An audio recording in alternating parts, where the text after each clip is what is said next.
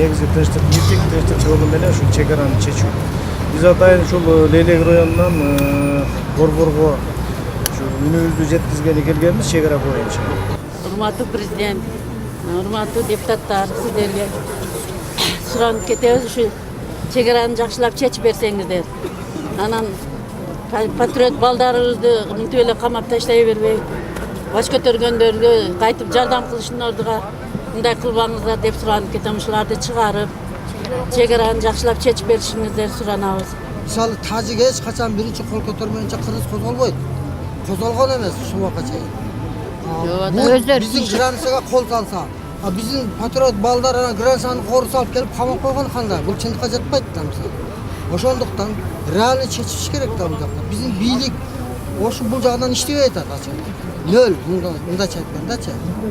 Түнү менен мылтык атып кол салса, анан биздин балдар границаны корган чыкса алып келип камап койгону бул мыйзамга жатпайт. Өкмөт өзү карабаса, погранниктер карабаса границаны. Анан ошол жерде жашап аткан тургундар карап атат. Ошо сымды тартып, анан бизден пограндар ошол жерде күчөйтүп койсо, ошондо гана чечилет. Мынтип барып эле Душанбеде барып чай ичип келип, Куджанта отуруп чай ичип, чайханада аштарын жеп келип, болбогон иште булар барып эле ошентип эле кайра келип атат ошолордун сөзүгө кирип эле. Гүлистанда алар моюн бербейт алар. Эч качан Тажикстандын структурасы биздин немелерге моюн бербейт. Такталбаган жерде тажиктардын техникасы иштеп, тажиктардын эмеси адамдары эгин эгип эме кылат. Биздин бийликтер ал жер такталбаган жерге үй салышка же колдонушка мүмкүн эмес деп тоскоолдук көрсөткөндүн ордуна кайра кыргыздын өзүнүн жарандарын кармап, өзүнүн жарандарын уруп тепкилеп атып, камап коюп, жаш балдарды урсокту кылып, айтпагыла деп эме кылып, биздин бийликтер өздөрү кайра кыргыз элиге душмандык чыккынчылык кылып атат. Разаковду чакырып келип чечип бер десе, Разаков Аксайга барбай эле Аксайдын кире беришинде жатып кайтып келе берген. Кайра тажиктердин кулагын көтөрүп, бу такталбаган жер деп тажикке өткөзүп берип атат бар жокту. Эмнеге тажик такталбаган болсо, тажикке уруксаттаган кыргызга уруксат эмес. Кыргыздын ата бабасы жашап келаткан жерди берип коюп атат. Ошого эми биздин эл жаштар көтөрүлүп алса, биздин жаштарды бардыгын кайра эле уруп тепкилеп, камап атат. Кече өзүнүн укуктарын талап кылган аксайлыктарды аткылап, башка кылып эме кылды, бийликтер эч кимисин чуккан жок, бирок эч кимиси жоопка тартылган да жок. Бизге ушундай кыргыз элинин, кыргыз жерини коргой албаган бийликтин кереги жок деп ойлойм. Кыл үстүндө турат, алар эртели кеч кандай болорун ким билет. Күнү бала чакасы менен качкан айланайын бийлик силерден суранам, ушу чечип бериңиздер. Президентке койгон, жогорку кеңешке койгон талаптарыбыз бар.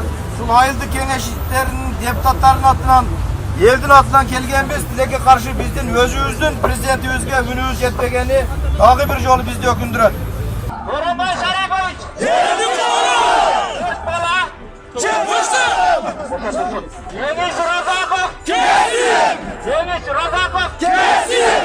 Вице-премьер-министр Жеңиш Разаков! Вице-премьер-министр Жеңиш Разаков!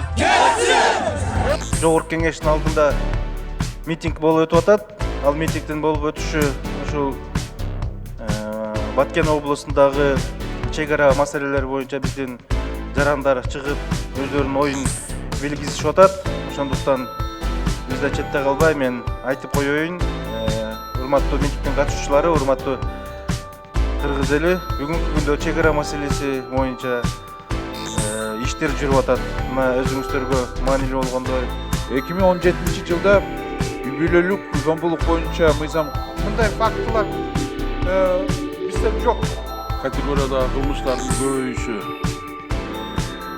Топтук зомбулук жасаган үй бүлөдө эмес, көчөдө. 1000 сом деп атат, туура 1000 сом. Анан сотко өткөн иштер канча? Рахмат, урматтуу төрага.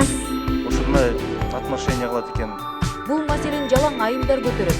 Үйлүк зомбулуктар аябай көп болууда. Ушу менен урматтуу депутаттар, бүгүнкү күн тартибине каралган маселе бар каралып чыкты. Эртеңки күн тартиби Жогорку Кеңеш расмий сайтында илинген. Эртеңки күнгө чейин таанап биз сак саламатта болуңуздар. Рахмат.